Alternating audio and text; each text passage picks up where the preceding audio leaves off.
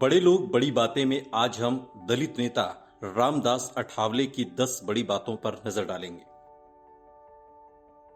Footpath से जीवन की शुरुआत। 25 दिसंबर 1959 को जन्मे रामदास अठावले को राजनीति का मौसम वैज्ञानिक भी कहा जाता है। रामदास अठावले का जीवन फुटपाथ से शुरू हुआ। शुरुआती दौर में गांव छोड़कर मुंबई में काम की तलाश में फुटपाथ में जीवन बिताया। उनका रोजाना काम का सिलसिला फुटपाथ से ही शुरू होता था। दलित पंथर की आवाज बने रहे। रामदास अठावले ने दलितों और अति पिछड़ों पर हो रहे अन्याय के खिलाफ आवाज उठाई।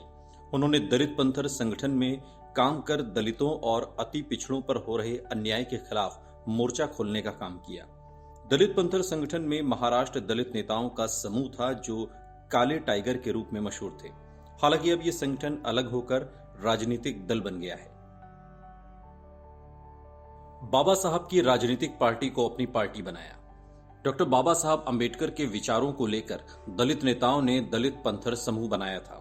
इसी तरह बाबा साहब के विचारों का दल रिपब्लिकन पार्टी ऑफ इंडिया को रामदास अठावले ने Republican party of India Athawale समूह बनाया। हालांकि आज भी उनका दल बाबा साहब के दलित उत्थान के विचारों पर काम करता है। कविता के सरताज हैं अठावले। रामदास अठावले की चलती फिरती कविताएं बेहद मशहूर हैं।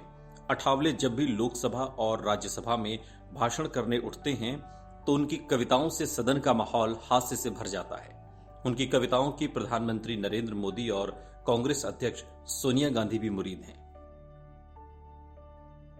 पक्के मौसम वैज्ञानिक हैं अठावले। रामदास अठावले के Republican party of India Athawale समूह का एक भी विधायक और लोकसभा में सांसद नहीं है।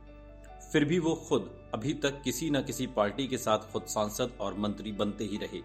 उनको लोकसभा चुनाव में किस दल का पलड़ा भारी हो इसका अंदाजा पहले ही लग जाता है। इसलिए रामदास अठावले को रामविलास पासवान के बाद पक्का मौसम वैज्ञानिक कहा जाता है।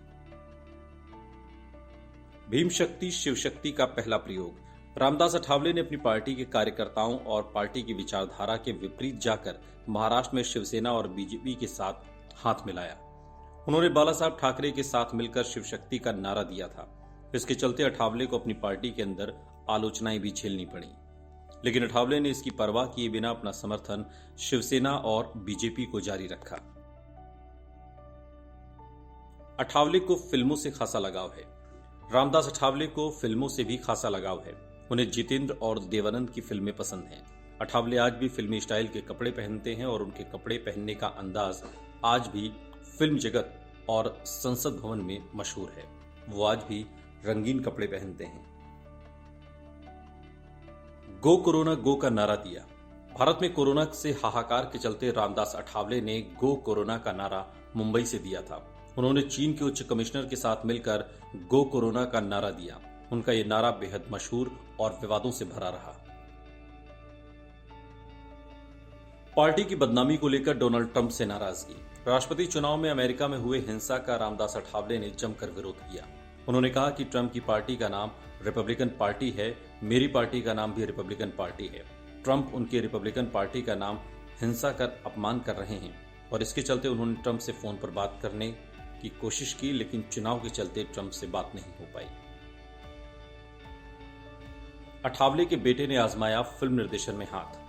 रामदास अठावले अपने जीवन में पैसों की कमी के चलते फिल्म नहीं बना पाए थे, लेकिन उन्होंने अपना सपना अपने बेटे जीत से पूरा किया।